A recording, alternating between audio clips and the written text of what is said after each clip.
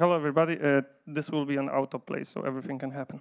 My name is Przemek. I work at GOG, and I want to tell you something about a strange issue that happened once with our Kubernetes cluster. So at some point, there was a staging Kubernetes cluster, small set of hardware, few nodes, few master nodes, few staging nodes, set up using Rancher, and of course storing its cluster state in etcd database. And one day, the cluster went wild. So the master nodes got high load, up to 30, I would say, consumed basically all of its memory. So we started digging out what the hell happened. And we figured out that our first best suspect was kube apiserver. It consumed most of the resources regarding memory and CPU. So yeah, this was pretty bad. At that point, we already got to know that probably the initial trigger was some network issue that cut off one of the workers, but it shouldn't end like that, right?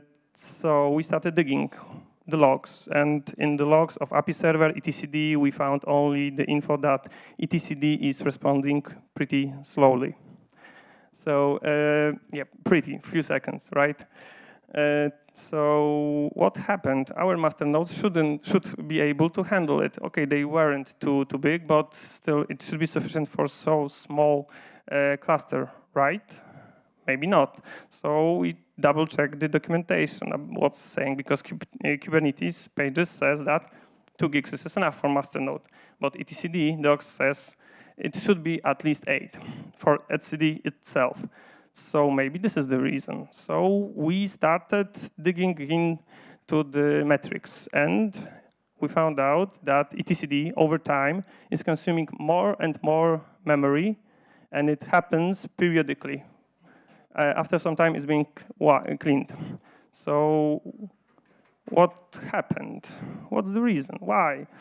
I started debugging etcd, but all of the normal tools I usually use to find solutions, I haven't found anything. It was all normal, nothing in the logs, nothing I could find. So let's Google. Maybe somebody else had similar issue, but unfortunately, I haven't found anything on Google, on GitHub, nothing, not a clue.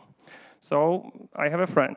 That friend is setting up, it's maintaining quite big cluster, also on-prem. So I called him, but he wasn't able to help me at all.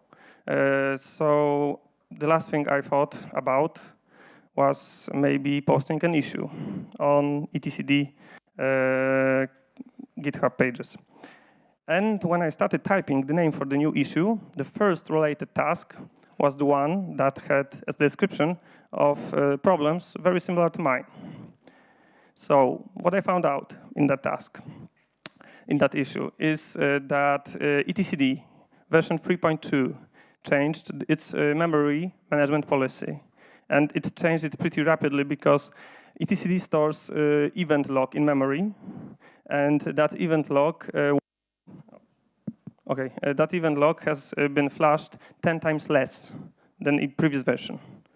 And that's something that may cause memory consumption over a few megs better than normally. Okay. So to be able to change it, I just need to add one option to etcd starting script, and then it all works as intended. The memory consumption is much less, the charts are much smoother, and it works pretty nice, and it works stable. It worked, previously it worked a few months, almost a year. Now it works again as it should. So what I want you to remember out of this, that there are very difficult issues sometimes, and it takes time to tackle them, but in most cases you are able to find a solution, and you should to be persistent. And from the infrastructure perspective, if you're running Kubernetes on-prem, maybe think about setting up etcd and apiserver separate, because they are pretty resource greedy.